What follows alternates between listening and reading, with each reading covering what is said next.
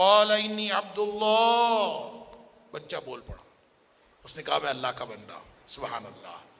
آتانی الکتاب وجعلنی نبیا، مجھے اللہ نے کتاب بھی عطا کی ہے، مجھے اللہ نے نبی بھی بنایا۔ اب گہوارے میں بچہ بول رہا ہے، وجعلنی مبارکا اینما کنت واوصانی بالصلاۃ والزکاۃ ما دمت حیا، اور سارے احکام بھی بتا دیے، مجھے اللہ نے نبی بنایا ہے اور مجھے نماز اور زکوٰۃ کا حکم بھی ہوا ہے، اور جب تک میں رہوں گا میں اسی پر کاربند رہوں گا۔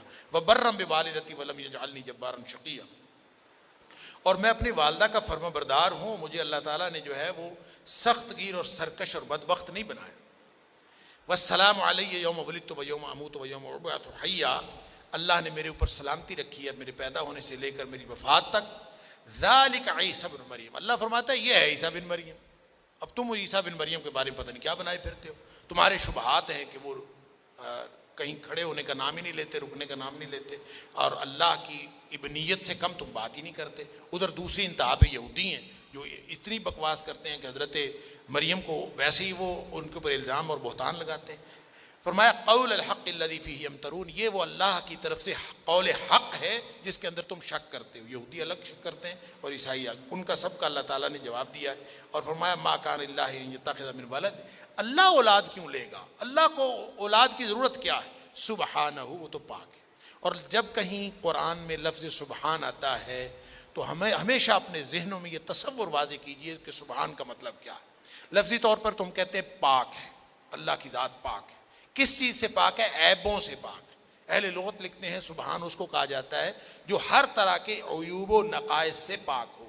لیکن یہ سبحان کا صرف ایک پہلو ہے، جو سبحان کے معنوں کے اندر دوسرا پہلو شامل ہے، وہ یہ کہ ایک ایسی ذات جو ہر طرح کے عیب اور نقص سے پاک بھی ہے، اور ساتھ ہی ساتھ دنیا کائنات کے جو کمالات ہو سکتے ہیں، جو خوبیاں ہو سکتی ہیں، وہ اس کی جامع بھی ہیں۔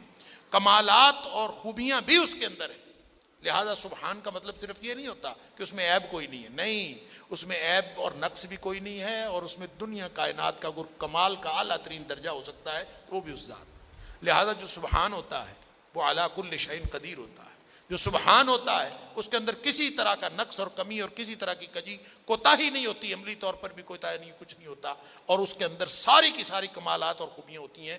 اس کا مطلب یہ ہے جب ہم سبحان کہتے ہیں تو اس کے اندر اللہ کریم کی ساری صفات حسنہ کی ساری خوبیاں اس کے اندر آ جاتی ہیں۔ ایسے نہیں سبحان اللہ کہنے سے اللہ کے رسول صلی اللہ علیہ وسلم فرمایا زمین و آسمان کا یہ حصہ بھر جاتا ہے ایک دفعہ سبحان اللہ کہنے سے، اتنا بڑا کلمہ ہے۔ لہذا فرمایا یہ جو بار بار اولاد ہے اللہ کی، اللہ کے ساتھ کسی کو شریک ٹھہراتے ہیں، کسی کو کچھ کرتے ہیں، بھئی اولاد اس کی ہوتی ہے جس کو کوئی احتیاج ہوتی ہے، جو محتاج ہوتا ہے۔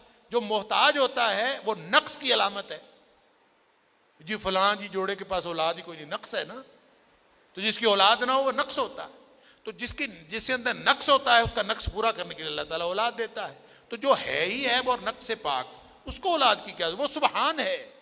لہذا سبحان کو کسی چیز کی ضرورت نہیں، سلبی طور پر عیب اور نقص سے پاک، ایجابی طور پر تمام کمالات اور خوبیوں کا مجموعہ، یہ ہے اللہ کی ذات۔ جب سبحان کہتے ہیں تو یہ ذہن میں تصور آنا چاہیے، سبحانہ، وہ تو پاک ہے، اس کو کیا ضرورت ہے اولاد کی، اس کے لیے تم کو کہتے ہو اولاد۔ اذا قضى امرا فانما يقول له كن فيكون، ایک تو سبحان ہے، عیب و نقص کوئی نہیں، کمالات اور خوبیاں ہیں، اوپر سے کرنے والا اتنا ہے، طاقت والا اتنا ہے کہ اس نے جو کرنا ہوتا ہے وہ کن کہتا ہے وہ ہو جاتا ہے، اس کو محتاجی کس بات کی، لہٰذا وہ کیوں اولاد پکڑے، اولاد تو ادھر ہے۔ وَإِنَّ اللَّهَ رَبِّي وَرَبُّكُمْ فَاعْبُدُوهُ هَذَا صِرَاطٌ مُسْتَقِيمٌ۔ حضرت عیسیٰ علیہ السلام نے پوری تقریر فرمائی کہ میرا رب، میرا اللہ میرا رب ہے، وہی تمہارا رب ہے، لہٰذا اس کی بندگی کرو، یہ ہے سیدھا رستہ۔ اور یہ بات عیسائیوں کو بھی سمجھائی جا رہی ہے، یہودیوں کو بھی سمجھائی جا رہی ہے، مشرکین مکہ کو بھی سمجھائی جا رہی ہے، اور ہم جو اپنے آپ کو مومن کہتے ہیں ہمیں بھی۔